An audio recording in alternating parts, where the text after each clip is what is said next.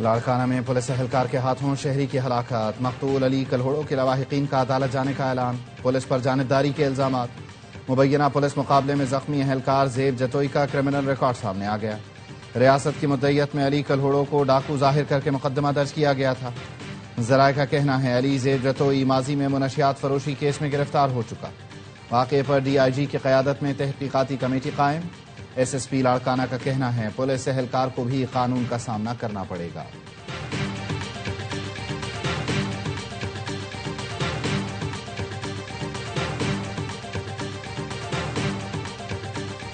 Bloomberg نے پاکستان میں مہنگائی میں نمایاں کمی اور پالیسی استحکام کی تصدیق کر دی۔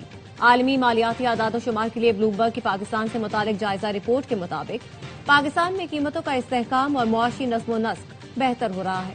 دسمبر میں افراط زر 5.6% رہا جو نومبر کے 6.1% سے کم ہے۔ خوراک کی قیمتوں میں دباؤ کم ہوا، غذائی افراط زر 3.24% تک محدود رہا۔ اسٹیٹ بینک نے استحکام کو مد نظر رکھتے ہوئے پالیسی ریٹ تقریباً 36 سال کی کم ترین سطح پر کیا۔ کم مہنگائی سے قوت خرید میں بہتری اور صارفین کے لیے ریلیف کے امکانات بڑھے۔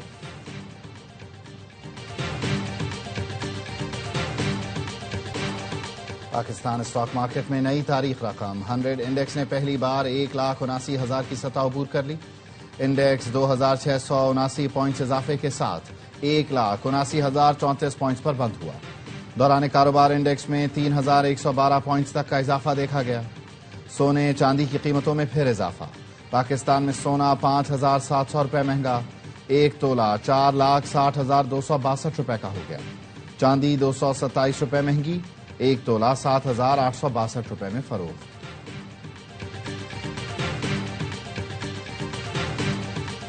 پاکستان چین کے بنیادی مفادات بالخصوص تائیوان معاملے پر حمایت کا اعادہ کرتا ہے۔ ترجمان دفتر خارجہ کا کہنا ہے پاکستان تائیوان کو چین کا ناقابل تقسیم حصہ تسلیم کرتا ہے۔ پاکستان ون چائنا پالیسی پر مکمل طور پر کاربند ہے۔ پاکستان اور چین آہنی دوستی اور ہر موسم کے تصویراتی شراکت دار ہیں۔ پاکستان چین کے ساتھ اپنی مضبوط شراکت داری جاری رکھے گا۔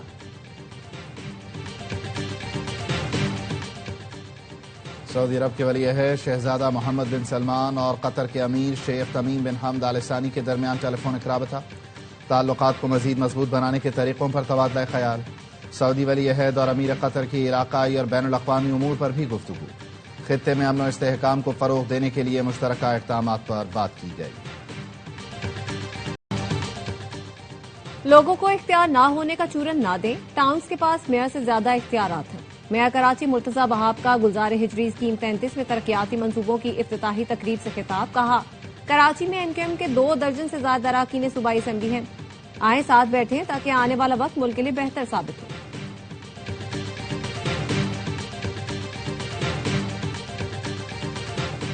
پارلیمانی کمیٹی نے امرین جان کو چیئرپرسن پیمرا مقرر کرنے کی منظوری دے دی، وزیر اعظم کو نام ارسال، امرین جان سیکرٹری اطلاعات رہ چکی ہیں۔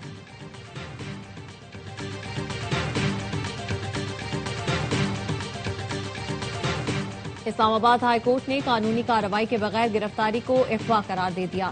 لاہور اور بہاولپور سے خاتون اور کمسن بچوں کے اغوا کیس کا تحریری فیصلہ جاری، عدالت نے لکھا سپریم کورٹ طے کر چکی ہے FIR غیر قانونی ہو تو ساری کارروائی ختم ہوگی۔ آئی جی اسلام آباد کو جعلی پولیس مقابلے میں ملوث اہلکاروں کے خلاف کارروائی کر کے 30 روز میں رپورٹ پیش کرنے کا حکم، 1 لاکھ روپے جرمانہ، اہلکار جرمانے کی رقم بطور تلافی مدعی ثنا سہیل کو ادا کریں گے۔ عدالت نے کہا خاتون کے ساتھ لائی گئی ملکیتی گاڑیاں، کیش اور جیولری واپس کی جائے، لاہور پولیس ملزمان کے خلاف میرٹ پر تحقیقات کرے۔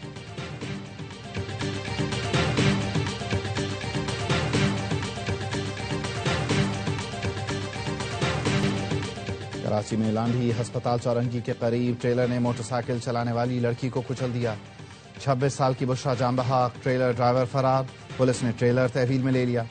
لانڈھی میں گولی لگنے سے 17 سال کی طالبہ جان بحق، کومل کو مبینہ طور پر پولیس اور ملزمان کے درمیان کراس فائرنگ سے گولی لگی جو جان لیوا ثابت ہوئی۔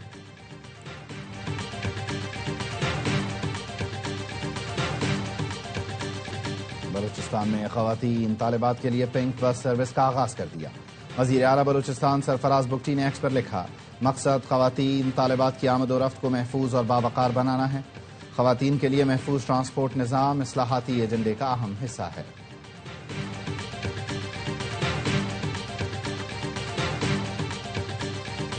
بنجر اور سیم زدہ زمینوں کو شرمپ فارمنگ کے ذریعے پہلی بار قابل استعمال بنایا جا رہا ہے۔ وزیر اعلیٰ پنجاب مریم نواز کہتی ہیں سرگودا اور علی پور میں مجموعی طور پر 5600 ایکڑ شرمپ اسٹیٹ بنے گی، جس سے پنجاب کی برآمدات میں بڑا اضافہ ہوگا۔ منصوبے سے ہزاروں نوجوانوں کے لیے روزگار کے مواقع پیدا ہوں گے۔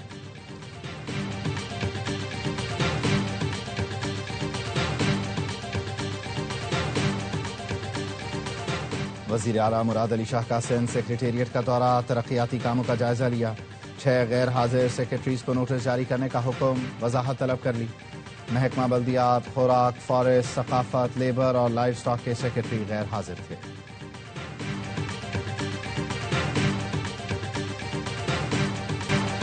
سرد ہواؤں کا راج، بالائی علاقوں میں برف باری سے سردی کی شدت میں اضافہ۔ جنت نظیر وادی سوات کا حسن بھی دوبارہ، قدرتی نظاروں کے مزے لینے سیاح کھچے چلے آئے۔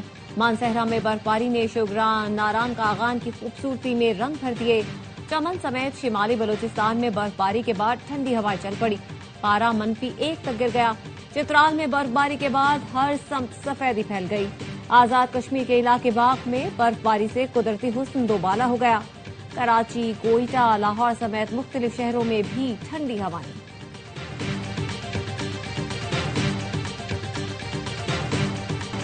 افغان طالبان رجیم کا امدادی رقوم پر قبضہ، بدترین کرپشن کا پردہ چاک۔ افغان جریدے ہر صبح کے مطابق قندوز میں افغان طالبان نے ضرورت مندوں کے لیے امداد کا نصف حصہ ہڑپ کر لیا۔ سعودی کنگ سلمان ریلیف سینٹر نے امداد فراہم کی تھی۔ امریکی special inspector general for Afghanistan reconstruction کی رپورٹ کے مطابق افغان عوام کے لیے بین الاقوامی امداد $10 بلین پہنچی، سب سے زیادہ امریکہ نے فراہم کی۔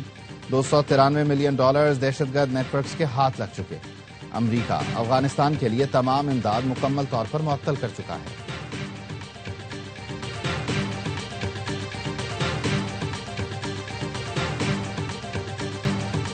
وعدہ کرتا ہوں آپ سب کا تحفظ کروں گا۔ نیو یارک کے نو منتخب پہلے مسلم میئر زہران ممدانی کا حلف برداری کے بعد شرکاء سے خطاب، کہا آج شہر کے لیے نئی صبح کا آغاز ہے اور صرف عمل ہی ذہنوں کو بدل سکتا ہے۔ نیو یارک کے شہریوں کے ساتھ ہر مشکل میں کھڑا رہوں گا۔ زہران ممدانی نے اپنے دادا اور دادی کے زیر مطالعہ قرآن پاک پر عہدے کا حلف اٹھایا۔ رکن کانگریس سینیٹر برنی سینڈرز نے ان سے حلف لیا۔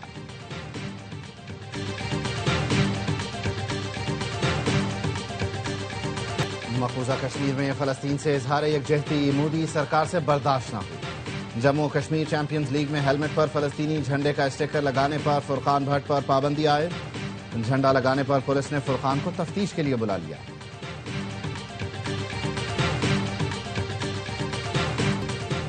انڈر 19 ٹرائی سیریز میں پاکستان ٹیم تیسرے گروپ میچ میں افغانستان کے مد مقابل، پاکستان کی بیٹنگ جاری۔ زمبابوے انڈر 19 ٹیم پہلے ہی ٹرائی سیریز کے فائنل کے لیے کوالیفائی کر چکی۔